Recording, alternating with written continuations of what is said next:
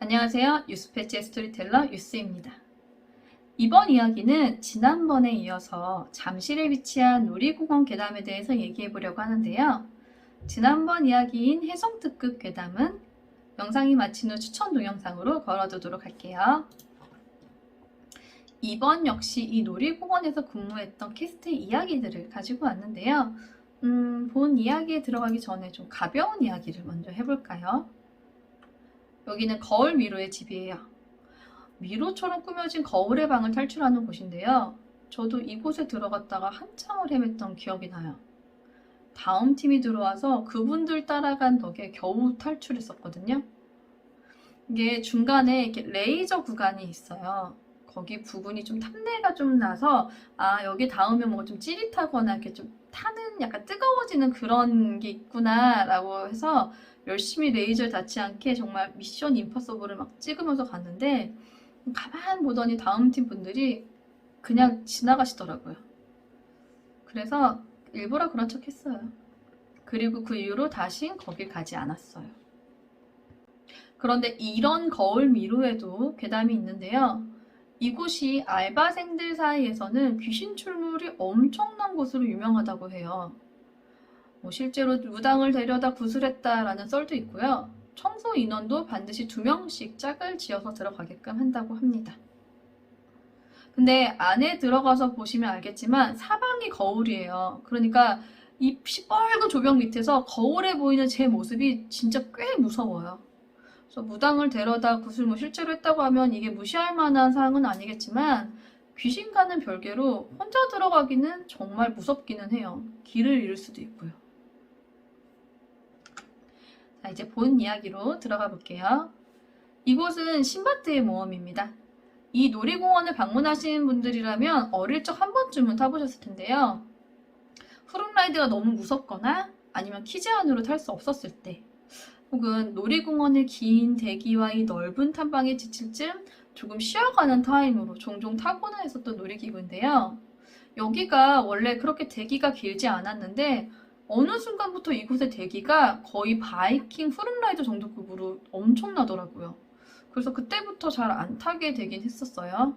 이 신바트의 모험은 총 8에서 9대의 배가 순환하는 구조인데요. 이 배 하나가 많이 커서 한 줄에 4명씩 5줄로 타면 최대 20명까지 탑승이 가능하대요. 근데 보통은 양 끝자리가 물이 많이 튀다 보니까 종종 컴플레인이 좀 걸리기도 하고요. 2명 일행 2팀을 맞춰서 앉혀야 되다 보니까 일행수까지 챙겨야 하는 번거로움에 그렇게 좀 꽉꽉 채워서 태우지는 않는다고 해요. 무엇보다 이곳의 시스템이 탑승장에 알바생 혼자서 왔다 갔다 하면서 한 줄로 서 있는 손님을 5줄로 분배를 해야 되고 물이 튄 자리 닦고 탑승 하차 멘트도 하고 안전 확인하고 저쪽 직원이 신호 보내면 그 직원과 동시에 버튼 눌러 출발을 시켜야 되는 이런 구조에 경험이 없는 알바생의 경우가 일행수 물어봐가면서 20명 채워 배를 출발시킬 때면 배가 출발하기도 전에 다음 배가 들어와 버리는 상황이 자주 발생이 되기도 해요. 실제로 이런 경우 캐스트들은 배가 밀린다라는 표현을 하게 되는데요. 이렇게 되면 배가 멈추는 경우도 발생하고 골치 아픈 문제가 생기기도 한다고 해요. 그래서 그런 이유로 그냥 일행수가 적으면 적은 대로 한 줄에 앉히고 보통은 4명을 꽉 채우지는 않는다고 해요. 근데 가끔 직원이나 왕고참들이 20명씩 태우라고 할 때가 있는데요. 이 놀이공원이 가지고 있는 부지에 비해서 손님 상한선이 이해 불가할 정도로 높아서 휴일 당일날보다는 좀 그 전날 손님들의 줄이 직원들이 만들어 놓은 최대 연장줄보다 길어지는 상황이 발생이 되는데 이렇게 정해진 줄이 없는 곳까지 대기선이 길어지게 되면 새치기도 많아지고 2줄이 됐다가 3줄이 되었다가 난리도 아닌 상황이 되는데요.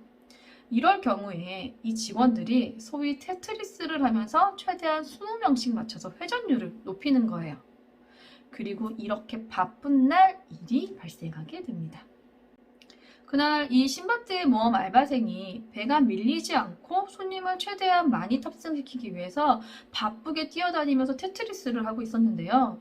한 최소 17명에서 20명까지 배에 탑승시키느라고 무척 정신이 없었다고 합니다. 그럼 배가 탑승하고 끝나고 돌아오게 되면 최소 열 몇 명은 타고 있는 배가 들어와야 되잖아요. 근데 앞배를 보내고 다음 승객들 정비하면서 왔다 갔다 하는데 아무도 타지 않는 텅 빈 배가 들어오는 거예요. 처음에는 하고 이상하게 생각했어요. 한두 명만 타고 있었으면 서서 장난치다 혹시 빠졌나 싶겠는데 열 몇 명의 사람이 다 같이 물에 빠질 리는 없잖아요. 일단 너무 바쁘니까 다음 배에 탑승할 손님을 챙기면서 손님이 너무 많으니까 배가 중간에 추가가 됐나? 그냥 그 정도로 생각을 했대요. 실제로 이곳은 배가 열 대까지 돌아갈 수 있는데 그렇다고 해도 갑자기 보트의 수를 조정할 수는 없고요. 이 보트의 수를 조정하기 위해서는 최소 30분에서 50분 정도 그동안 운행을 할 수 없다고 합니다. 여튼 그렇게 착각한 상태로 교대가 돼서 휴게실에 들어왔는데 거기서 왕구가 쉬고 있었다는 거예요. 그래서 이 알바생이 왕구한테 나 오늘 이러이러한 일이 있었는데 혹시 이거 보트가 추가된 거예요? 라고 물어봤는데 누구보다 시스템을 잘 알고 있는 왕구는 이 보트 증감이 운행 중 불가능하다는 걸 알고 있으니까 그럴 리가 없지. 빈 보트가 들어오려면 애초에 빈 보트를 보내는 경우일 수밖에 없잖아. 야, 누가 이렇게 바쁜 날에 빈 보트를 출발을 시켜? 라면서 알바생을 꾸짖듯이 얘기했다고 해요. 아니, 열심히 일하다 들어왔는데 혼이 나버리니까 알바생이 얼마나 억울했겠어요. 절대 아니다. 나는 무조건 17명씩 태웠다면서 결백을 주장했고 왕구는 거짓말한다면서 이 이야기가 말싸움으로 번지게 된 거예요.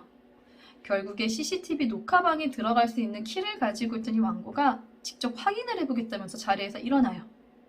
그리고 그렇게 의기양양하게 나간 왕구는 잠시 후 알바생을 보면서 건넨 첫 마디가 너 괜찮냐? 였어요. 이 왕구가 본 CCTV 화면은 손님들은 가만히 있고 혼자 이리저리 뛰어다니며 배를 출발시키는 알바생의 모습이었는데요. 좀 더 자세히 설명을 하자면 손님들이 한 줄로 서 있으면 이제 5줄로 탑승구에 세울 때 일행 몇 명이세요? 하게 물어보게 되고 그럼 이제 1번 가세요, 2번 가세요 안내하는데 실내가 너무 시끄러우니까 손가락으로 1번, 2번 표시를 하면서 안내를 하게 된다고 해요. 근데 이 CCTV에 보이는 손님들은 알바생이 1번으로 가라고 하는데도 앞만 주시한 채로 무표정으로 서서 움직이지도 않더라는 거예요. 근데 그럼 이 사람들이 안 움직였으니까 알바생이 가서 다시 1번 가세요 라고 안내해줘야 되는데 그냥 똑같은 손님들한테 몇 명이세요? 2번으로 가세요 라고 안내를 했다는 거예요. 그리고 그걸 5번 줄까지 반복을 합니다. 그러고는 보트 좌석에 묻은 물을 닦고 자동문을 열어주고 안전바 확인까지 하고 멘트까지 처리 후 빈 보트를 출발시켰다는 거예요. 마치 뭐에 홀린 듯이 손님들은 가만히 서 있고 허공에 대고 안내를 해주며 빈 보트를 정성스레 출발시킨 알바생의 이야기. 괴담이 오싹하지만 더 주목해야 할 점이 있는데요. 바로 알바생이 의아해하면서 들었던 생각. 둘이 탔으면 서서 장난치다 빠졌을 수도 있지 라고 생각했던 부분인데요. 실제로 이 신바트의 모험에서 초반 하강 구간에 철없는 어른들이나 스릴을 느끼고 싶어하는 손님들이 일어나는 경우가 굉장히 많았다고 합니다. 그리고는 무용담처럼 여기저기 가끔 인터넷 게시판에 글을 쓰기도 하는데요. 사건은 1999년 4월 16일 오후 8시 40분경에 일어나요. 당시 17살이었던 박모양이 신바트 모험을 탑승하던 중에 하강 구간에서 스릴을 느끼고 싶다면서 자리에서 일어났다 천장에 얼굴을 부딪히고 기절한 상태로 추락하게 된 건데요. 이 사건으로 박모양은 얼굴 등에 64바늘이 나게 매는 중상을 입었다고 합니다. 이 사건 이후로 절대 일어서지 말라는 문구가 탑승 차량에 부착되었다고 하는데요. 이곳의 괴담보다 더 무서운 실제 사건이 아닌가 싶습니다. 자, 그리고 또 한 가지 괴담은요. 이 신바트의 모험과 조금 비슷해서 한 컨텐츠에 묶으려고 가지고 왔는데요. 자, 여러분들 이 사진 보면 여기가 어딘 줄 아시나요? 판타지 드림이라 불리는 놀이기구의 입구인데요. 눈에 잘 안 띄는 곳에 있어요. 그래서 이제 탑승객이 많지는 않고 저도 이게 뭐야? 그러면서 이제 실내 사진을 보니까 예전에 그냥 줄 없는 곳에 막 들어갔다가 제가 탔었던 기억이 있더라고요. 이것도 어린이 열차 같은 걸 타고 그냥 한 바퀴 도는 건데 이게 살짝 찰리와 초콜릿 공장 그 느낌이 나요. 이 피에로가 입을 벌리고 그 안으로 열차가 들어가게 되거든요. 근데 안에 뭐 사탕이랑 막 이런 뭐 약간 동화 속의 이런 내용들이 있는데 여기가 굉장히 오래됐거든요. 그래서 얘네들이 다 웃고 있는데 이게 보다 보면 으스스하다기보단 그냥 괜히 좀 기분이 나빠요, 여기가. 그래서 그런 건지 할로윈 때 여기를 공포 테마로 선보이기도 한다고 하는데요. 저는 그거는 못 봤어요. 근데 괜히 별거 아닌데 으스스할 것 같은 기분이 들 것 같긴 해요. 이 환타지 드림은 탑승장이 지하에 있어서 입구에서 에스컬레이터를 타고 한참 내려가야 되는 구조인데요. 이곳은 입구에서 입장을 시켜주는 직원 1명과 탑승장에서 손님들의 탑승을 도와주는 직원 1명, 이렇게 해서 2인 1조로 근무하는 방식이래요. 마감 시간이 거의 다가오면 입구에서 은행이 이제 끝날 시간까지 고려해서 손님들을 입장을 시키는데요. 특히나 이 환타지 드림은 워낙 찾는 손님들이 적다 보니까 거의 마감까지 손님들을 채우지도 않는다고 해요. 이날도 거의 마감이 다가올 쯤에 실내에서 CCTV를 지켜보던 이 직원이 에스컬레이터를 타고 내려오는 부자 정도로 보이는 손님을 보게 돼요. 근데 지금 생각해보면 조금 이상했던 게 그때가 여름이었는데 이 두 부자가 검은색 긴팔 상하이를 입고 있었다고 해요. 이 에스컬레이터를 타고 오는 장면을 본 이 직원은 아마 마지막 손님이다 라고 생각하면서 오자마자 바로 탑승시킬 준비를 하면서 기다리고 있었대요. 근데 10여 분이 지나도 탑승구에 아무도 오질 않는 거예요. 이 환타지 드림이 들어오기까지 이 사탕 모양이나 장식물들이 많아요. 그래서 구경할 거리가 좀 많은 편인데 아마 아이가 이걸 구경하느라 들어오지 않는 것 같아서 조금 더 기다려보기로 해요. 그 몇 분이 지났는데도 들어오질 않는 거예요. CCTV에도 보이질 않아요.